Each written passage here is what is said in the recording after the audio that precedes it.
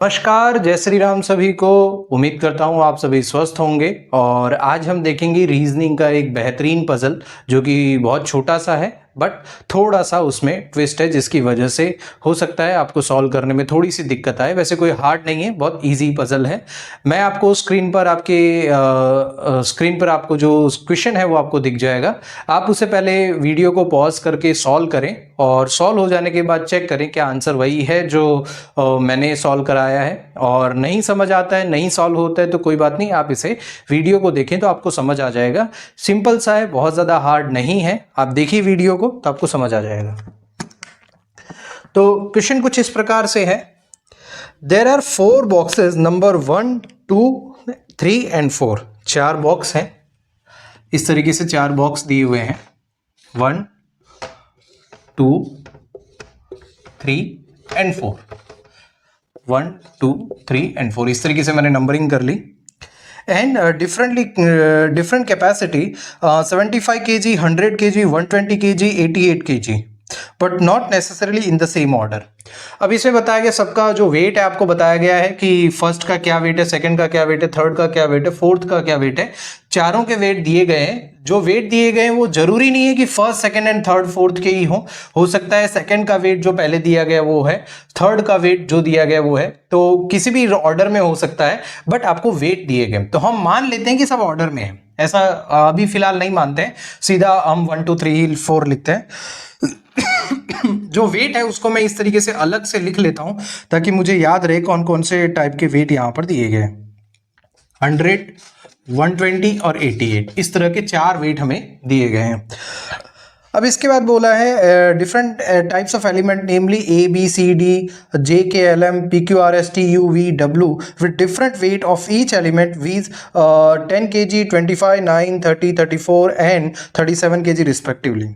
4 elements are at corner of each box. हर box के corner पर 4 एलिमेंट है। टोटल कितने? 16 एलिमेंट है जो कि हर बॉक्स के कॉर्नर पर प्लेस्ड है।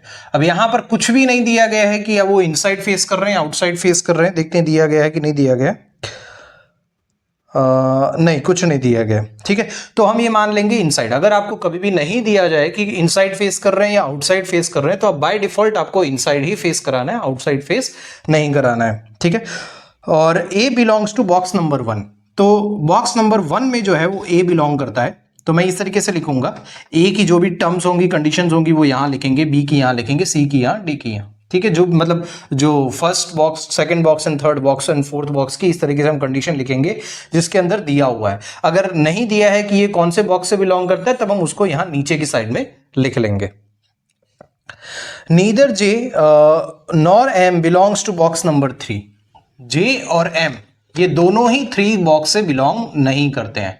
जे और एम दोनों ही 3 बॉक्स से बिलोंग नहीं करते हैं। मतलब इसका मीनिंग क्या हो जाएगा? 1, 2 और 4 में से किसी में भी बिलोंग कर सकते हैं।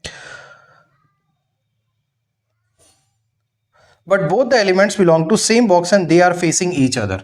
ठीक है, अब कंडीशन क्या दी गई? जे और एम 3 से बिलोंग नहीं करते लेकिन दोनों एक साथ बिलोंग करेंगे। मतलब अगर जे अगर फोर्थ पर आ रहा है, फोर्थ बॉक्स में आ रहा है तो एम भी फोर्थ बॉक्स में ही आएगा। जे अगर सेकंड बॉक्स में आ रहा है तो एम भी सेकंड बॉक्स। और दूसरा क्या दिया है? एक दूसरे को फेस कर रहे हैं। फेस कर रहे का मतलब क्या हो गया? अगर सपोज करो जे यहां पर है तो एम यहीं पर होगा, यहां और यहां नहीं होगा। एक दूसरे को फेस कर रहे हैं क्योंकि ये इनसाइड हमने माना है। इनसाइड माना है मतलब ये इधर फेस कर रहा है तो इसके जस्ट सामने ये वाला फेस कर रहा होगा, तभी तो आमने सामने होंगे। क्लियर है ये चीज? तो इस तरीके से आपको दिया गया कि जे और एम तीसरे बॉक्स पर नहीं है बैठे हैं, लेकिन जे और एम जहां भी बैठे वहां साथ में बैठे हैं। और एक कंडीशन दी गई, जे और एम आमने सामने बैठे हैं। D is immediate left of A. ठीक है, ए के इमीडिएट लेफ्ट में, ए को हमने यहां माना, ए के इमीडिएट लेफ्ट में डी है। अब हम ऐसी कंडीशन क्यों बनाते हैं? ए को आप मान लो जैसे मैं इधर फेस करके खड़ा हूं तो ए मान लो इसी साइड फेस कर रहा है तो उसका लेफ्ट ये वाला हो गया, तो इस साइड लेफ्ट साइड हो गया, इस साइड राइट साइड हो गया। तो इमीडिएट लेफ्ट को हम इस तरीके से इंडिकेट करते हैं। U belongs to box number 4। और U कहां है? बॉक्स नंबर 4 से बिलोंग कर रहा है। और उस विच हैज टोटल 88 kg। और फोर्थ बॉक्स में टोटल वेट कितना है? 88 kg। फोर्थ बॉक्स में टोटल वेट कितना है? 88 kg। मतलब ये वाला कंडीशन हमारा हो गया।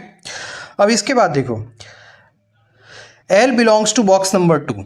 L यहां बिलोंग कर रहा है, which is immediate right of J, और एल जो है इमीडिएट राइट ऑफ जे है। जे इमीडिएट राइट में कौन है? एल है। ठीक है, इसके बाद total capacity of box number 2 is 100 kg, और इसकी कैपेसिटी कितनी है? 100 kg, मतलब ये वाला भी कंप्लीट हो गया। ठीक है, neither S nor P belongs to box number 4, और एस और पी दोनों ही 4 से बिलोंग नहीं कर रहे हैं, 4 से बिलोंग नहीं कर रहे, ये 4 से बिलोंग कर रहा था। ठीक है, not an immediate neighbour of A and D but sits opposite to each other.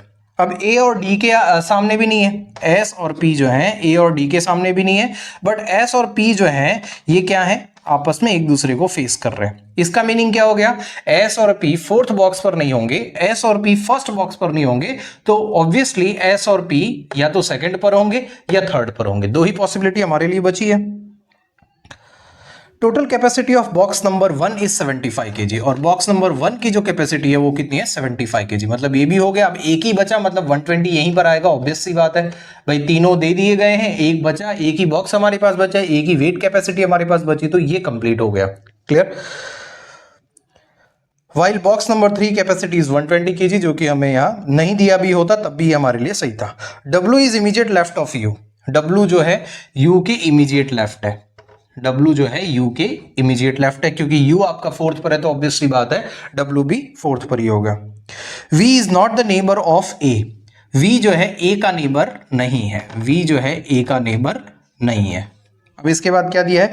B is not an immediate left of P, B जो है P के इमीडिएट लेफ्ट में नहीं है, B जो है P के इमीडिएट लेफ्ट में नहीं है। R is not the neighbour of W, और W का नेबर R नहीं है, W का नेबर R नहीं है। ये आपके पास कुछ कंडीशंस दी गई थी। ठीक है, S और P, A के देखो, A के आसपास कौन नहीं है?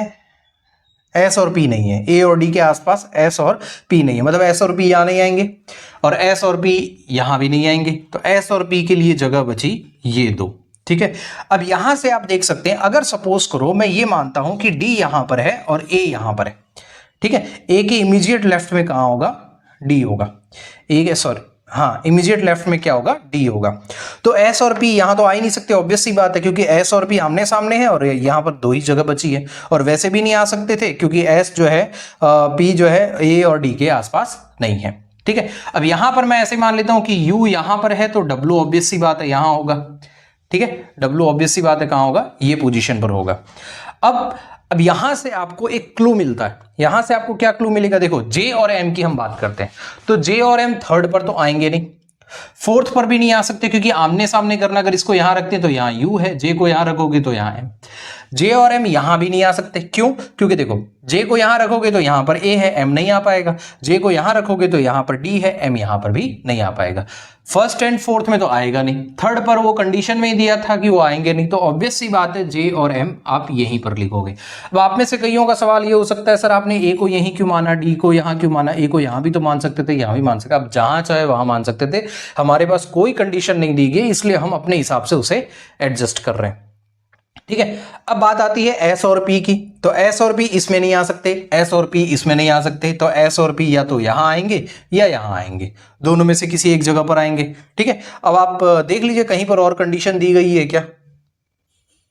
कहीं भी मेरे ख्याल से और S और P की कंडीशन नहीं दी गई। आमने सामने S और P आएंगे तो S और P यहां पर भी आ सकते हैं, लेकिन देखो J के इमीडिएट राइट में L है, J के इमीडिएट राइट में L है, तो ये कंडीशन हमारी हो गई, ये कंडीशन हमारी हो गई। ठीक है, अब इसके बाद ये वाली कंडीशन भी हो गई। ठीक है, J और M की कंडीशन थी वो भी कंप्लीट हो गई। ठीक है, और S और P, अब S और P जो है आपके पास यही बचे हैं, यही ऑप्शन है S और P का, तो ये S और P।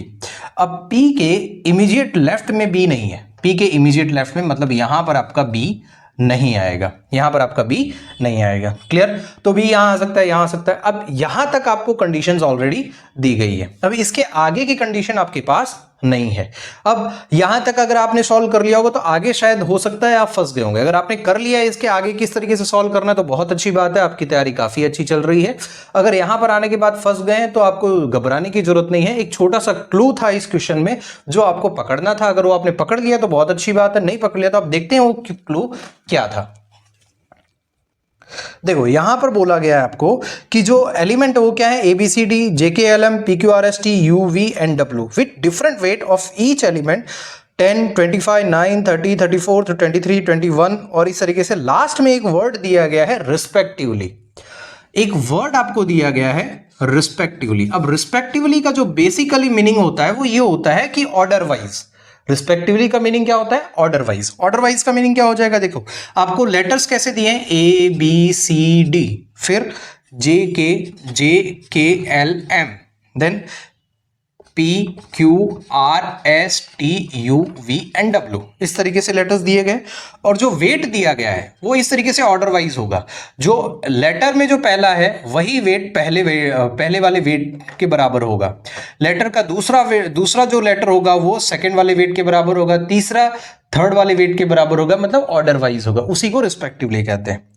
10, फिर 25, 9, 30, 25, 9, then 30, then 34, 23, 21, 23, 21, 22, 50, 22, 50 and 15, 24, 17, 28, 24, 17, then 28, 18, 20 and 37, 18, 20 and 37, ये आपको दिया गया है। अब अगर आप ये रिस्पेक्टिवली वर्ड को ध्यान से नहीं देखते तो आपके पास किसी तरीके का क्लू यहां बसता ही नहीं। लेकिन अब आपके पास क्लूज हैं। कैसे हैं? पहले तो आप इसको, ये जो मैंने नीचे कंडीशंस लिखी थी जो मेरी हो चुकी हैं उनको मैं मिटा देता हूं। ये वाली कंडीशन के बारे में हमें नहीं पता है तो इसको हम साइड में अलग से लिख लेते हैं। एस और पी हमारा हो गया है, ए के आसपास वी नहीं है, बस ये हमारी कंडीशन बाकी रही। ये वाला हमने ऑलरेडी लिख लिया है तो ये भी मिटा देते हैं, ये भी हो गया है, ये भी हो गया है, ठीक है। और ये एक कंडीशन हमारी बची, ये दो कंडीशंस बची हैं इसके अकॉर्डिंगली, बाकी सारी कंडीशंस हमने कंप्लीट कर दी है। तो अब देखते हैं डी हमारा है, तो डी का वेट कितना है? 30, तो डी हो गया। ए का वेट कितना है? 10, ये भी हो गया। जे का वेट कितना है? जे का 34। एल का वेट कितना है? 21, तो जे और एल भी हो गया। एम का वेट कितना है? 22, एम का वेट कितना आया? 22। उसी तरीके से यहां पर एस बचा, एस का वेट कितना है? 17, तो एस भी हो गया। फिर क्या बचा? पी, तो पी का वेट कितना है? 50, तो पी भी हो गया, ठीक है। अब इसके बाद डब्ल्यू और यू, तो यू का वेट है 18 और डब्ल्यू का वेट है 37, तो ये हो गया 37। तो मतलब जितने भी लेटर्स थे जिनका वेट हमें ऑलरेडी था वो हमने लिख लिया। अब क्यों लिखा उसका मैं रीजन बताता हूं। देखो फर्स्ट वाले बॉक्स में टोटल वेट कितना है? 75। ए और डी का वेट हो गया आपका 30 और 10 40। 75 करने के लिए आपको 35 वेट और चाहिए। मतलब इन लेटर्स में से ऐसा कोई कॉम्बिनेशन चाहिए जिसका टोटल वेट मिलाकर कितना हो जाए? 35 हो जाए। कितना हो जाए? 35। देखो इन दोनों को अगर मर्ज करते हो तो क्या हो जाएगा? 25 और 9 34 होता है, लेकिन हमें तो 35 चाहिए और 15। ये दो का कॉम्बिनेशन बन सकता है, Q और V का कॉम्बिनेशन बन सकता है। 20 और 15, क्या कोई और कॉम्बिनेशन बनता है? देखो 25 में क्या मिलाएं तो क्या नाम है आपका 35 होगा, हमें 35 चाहिए। 25 में कैसे देखना है? ऑर्डर वाइज देखना है, क्योंकि और भी पॉसिबिलिटी हो सकती है, जरूरी नहीं है एक ही पॉसिबिलिटी हो। ये तो मैंने देख लिया, अदरवाइज हमें कैसे देखना है वो मैं आपको बता देता हूं। देखो 25 में क्या मिलाओगे? 10 मिलाओगे तो 35 होगा। क्या 10 वाला कोई एक है? ये था लेकिन ये ऑलरेडी कंप्लीट हो गया, मतलब ये नहीं आएगा। 9 में क्या मिलाओगे? 35 आएगा, तो 26 वाली कोई वैल्यू यहां पर नहीं है। उसके बाद 23 में क्या मिलाओगे? 12, तो 12 वाली भी कोई वैल्यू नहीं है। 15 में आपका 20, तो ये हमने एक देखा। 24 में 11 वाला भी कोई नहीं है। 28 में 7 वाला भी कोई नहीं है। मतलब एक ही पॉसिबिलिटी हुई Q और V वाली। लेकिन ये बताया था कि V जो है A के पास में नहीं आएगा तो V यहां आ जाएगा, तो Q यहां आ जाएगा। तो अब आपके पास Q की वैल्यू कितनी है? 15, तो 15 यहां लिख दी। और V की वैल्यू कितनी है? 20, तो 20 आपका यहां आ गया। मतलब ये आपका कंप्लीट हो गया। अब आपके पास देखो ये 3 बचे हैं, तो ये तो आपका डायरेक्टली सॉल्व हो जाएगा।